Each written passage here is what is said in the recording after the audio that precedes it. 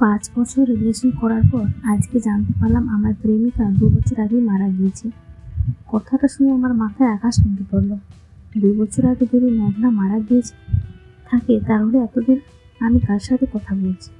এই 2 বছর ধরে আমার সাথে এসে কথা বলছে। তাহলে কি এই জন্য মেঘনা বিয়ের আগে আর আমার সাথে দেখা করা থেকে শুরু করে তার ছবি দেওয়া, ভিডিও কল দেওয়া সব অফ করে দিয়েছে?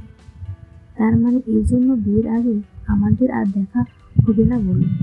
মেঘনার মৃত্যুর খবর শুনে আমার বুকের ভেতরটা হেঁটে যাচ্ছে। কিন্তু একটা জিনিস আমি বুঝতে পারছি না, এতদিন আমার সাথে কথা কে বলছে? হবু মেঘনার কণ্ঠ। আমার মাথায় কোনো কিছু কাজ করছে না। আর 10 দিন পরে আমাদের বিয়ে হওয়ার কথা। আমার বিয়ের ব্যাপারটা সবাই জেনে গেছে। এখন আমি সবাইকে কি বলবো? কেউ কি আমার কথা বিশ্বাস করবে? আমার মাথা কাজ করা বন্ধ করে দিয়েছি। এমন সময় আমার বন্ধু জুয়েল আমার কাছে এসে বলল, কিরে তোর ফোন কোথায়? তোকে আমি কতগুলো কল দিলাম আর তুই কোনো রেসপন্স করছিলি না। আমি অন্য মস্তিষ্ক হয়ে বসে রইলাম। আমার মাথায় শুধু মেঘার কথায় ঘুরপাক খাচ্ছিল। কারো কথা আমার কানে আসছে না। এবার জুয়েল আমাকে একটা ধাক্কা দিতে আমার ধ্যান ফিরে আসলো। কিরে তুই কি আমার কথা শুনতে পাচ্ছিস না? আবির তোকে ডেকে যাচ্ছে আমি। কি হয়েছে বল? এতক্ষণ ধরে তোকে আমি কি বলছি তুই কিছু শুনতে পেলিনি? আমি বলছি তোর ফোনটা একটু দেখ। তোকে আমি কতগুলো কল দিয়েছি। তুই আমাকে অপেক্ষা করতে বলে 2 ঘন্টা পার হয়ে গেল, কিন্তু তোর কোনো খোঁজ খবর নেই। শপিং করতে যাবে কখন? জুয়েলের কথা শুনে আমার কান্না চলে এসেছে। চোখের পানি আর রাখতে পারলাম না। নিজের অজান্তেই চোখ দিয়ে পানি টলমল করে পড়তে শুরু করে দিল। আবির কি রে, কান্না করছিস কেন? কোনো সমস্যা হয়েছে নাকি? দোস্ত, মেঘনা নাকি 2 বছর আগে মারা গিয়েছে। মানে কি? আমিও বুঝতে পারছি না। আমার মাথায় কাজ করছে না। তোকে এইসব কে বলেছে? কে হয়তো মজা করছে তোর সাথে। তুই লাস্ট কবে মেঘলার সাথে কথা বললি? আমি তো কাল রাতে মেঘলার সাথে কথা বলেছি।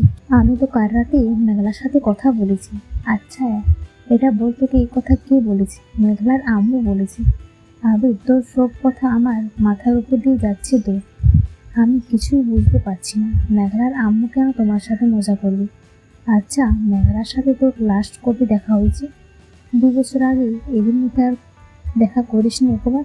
আসলে মেঘলা আমাকে বলেছে বিয়ের আগে আর আমরা দেখা করবো না 2 বছর।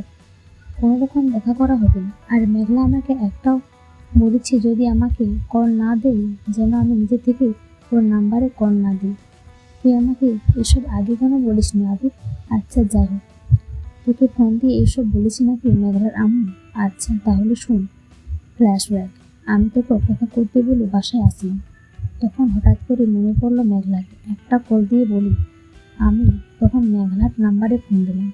2 বছরের মধ্যে আজ প্রথম আমি মেঘলার নাম্বারে নিজে থেকেই কল দিলাম। আমি ভুলে গিয়েছিলাম মেঘলার বলা সেই কথা। আমি মেঘলার নাম্বারে কল দিতে মেঘলার আম্মু ফোন রিসিভ করে বলল, হ্যালো, কে আপনি? বয়স্ক কণ্ঠ শুনে আমি সালাম দিলাম। আমার সালামের উত্তর দিয়ে আবার বলল, কে তুমি বাবা? জি আন্টি, আমি আবির। কেমন আছেন আপনি? ভালো, কিন্তু বাবা তোমাকে তো আমি চিনতে পারলাম না। আন্টি, মেঘলা কি আমার ব্যাপারে কিছু বলে না আপনাকে? বলছিলাম না বাবা। আচ্ছা আন্টি, মেঘলা কোথায়? মেঘলাকে ফোনটা দেন। মেঘলার আম্মু নিশ্চুপ। কি হলো আন্টি, কথা বলছেন না কেন? আন্টি আবার কান্না মাথায় গলায় বলল, বাবা তুমি কি জানো না মেঘলা আর নেই? আন্টির কথা আমি কিছু বুঝতে পারছিলাম না। আমি আন্টিকে আবার বললাম, আন্টি মেঘলা আর নেই মানে কি? কোথায় গেছে মেঘলা? আন্টি আবার কান্না করে দিয়ে বলল, বাবা মেঘলা তো 2 বছর আগে মারা গিয়েছে। আন্টির কথা শুনে আমি হতবাক হয়ে গেলাম। আন্টি এসব কি বলছে? আমি তো কাল রাতে মেঘলার সাথে কথা বলেছি। আন্টি কি বলছেন এসব? আমি তো কাল রাতে মেঘলার সাথে কথা বলেছি। তাহলে মেঘলা 2 বছর আগে কিভাবে মারা যায়? আপনি কি আমার সাথে মজা করছেন? বাবা, আমি তোমার সাথে মজা করবো কেন? আর তুমি কি ভাবে কথা বললে মেঘলার সাথে, যে কিনা 2 বছর আগে চলে গিয়েছি না ফেরার দেশে? আন্টি প্লিজ মজা করবেন না। মেঘলা কোথায়? প্লিজ, আমি মেঘলার সাথে কথা বলতে চাই। যে মারা গেছে তার সাথে তুমি কিভাবে কথা বলবে? মেঘলার ব্লাড ক্যান্সার ছিল। আন্টি আমি বিশ্বাস করি না, কারণ আমি নিজে কাল রাতে মেঘলার সাথে কথা বলেছি। আপনি এখন এসব কি বলছেন? আর 10 দিন পরে আমাদের বিয়ে। কি? জি আন্টি, আমি সত্যি কথা বলছি। আমার কথা বিশ্বাস না করলে তুমি আমাদের বাসায় এসো। এখন রাখি, বাবা ভালো থেকো। এই কথা বলে আন্টি ফোন রেখে দিল। এবার বাস্তবে ফিরে আসি। আমার কথা শুনে জুয়েলও হতবাক হয়ে গেল। আবির আন্টির কথা যদি সত্যি হয় তাহলে চল আমরা মেঘলার বাসা থেকে ঘুরে আসি। দোস্ত, আমার কিছু ভাল লাগছে না, চল তুই আমার সাথে। এবার আবির আমাকে নিয়ে চলে গেল মেঘলাদের বাসায়। বাসার সামনে দিয়ে দরজার কলিং বেলে চাপা দিয়ে আন্টি এসে দরজা খুলে দিল। কে তোমরা? আন্টি, আমি আবির, আপনার সাথে ফোনে কথা বলছিলাম তখন। ওয়া আলাইকুম সালাম। বাবা ভেতরে এসো, বসো। এবার আমরা বাসার ভেতরে গেলাম, সবাই বসে রইলাম। বাবা তোমরা আমার সাথে আসো। আন্টি আমাদের সাথে করে নিয়ে গেল একটা রুমের ভিতরে। এটা মেঘলার রুম। আমি রুমের দিকে তাকিয়ে দেখি রুম খুব সুন্দর করে গোছানো হয়েছে, কিন্তু রুমটা পুরো অন্ধকার করে রেখেছে। রুমের ভিতরে তাকিয়ে বোঝা যায় এখানে আসলে অনেক দিন ধরে কেউ থাকে না। আন্টি কান্না করে দিয়ে বলল, বাবা এই ঘর থেকে বের করেছি মেঘলার মৃত লাশ। আমার মেয়েটা আমাদের না জানিয়ে চলে গিয়েছে। একটিবারও এই অভাগা মায়ের কথা ভাবিনি। আর তুমি বলছো আমার মেয়ে তোমার সাথে কার রাতে কথা বলেছে? এটা কি করে সম্ভব হয়? আমার মুখ দিয়ে কোনো কথা বের হচ্ছে না, সব যেন আমার মাথার উপর দিয়ে যাচ্ছে। এবার আন্টি আমাদের নিয়ে আবার সোফায় চলে আসলো আর ওখানে বসে কান্না করছে। আমার বন্ধু জুয়েল আন্টিকে সান্ত্বনা দিচ্ছে, কিন্তু আন্টি একটা জিনিস বুঝতে পারছে না। মেঘলা যদি 2 বছর আগে মারা গিয়ে থাকে তাহলে আবিরের সাথে আপনার এই নাম্বার দিয়ে এতদিন কে কথা বলছেন? এই ফোন তো সবসময় আমার কাছেই থাকে। আমি তো এই নাম্বার আজ প্রথম দেখলাম। আচ্ছা আন্টি, আপনি আপনার কল লিস্ট একটু চেক করে দেখুন তো, তাহলে বুঝতে পারবেন। এবার জুয়েল আন্টির ফোন দিয়ে চেক করে দেখে, কিন্তু অদ্ভুত বিষয় হলো এখানে কোনো ডিটেলস নেই, শুধু আজকের যে কল দিয়েছে সেটাই আছে। এবার জুয়েল আমার ফোন নিয়ে চেক করে দেখে আমার ফোনে এখানে সব ডিটেলস আছে।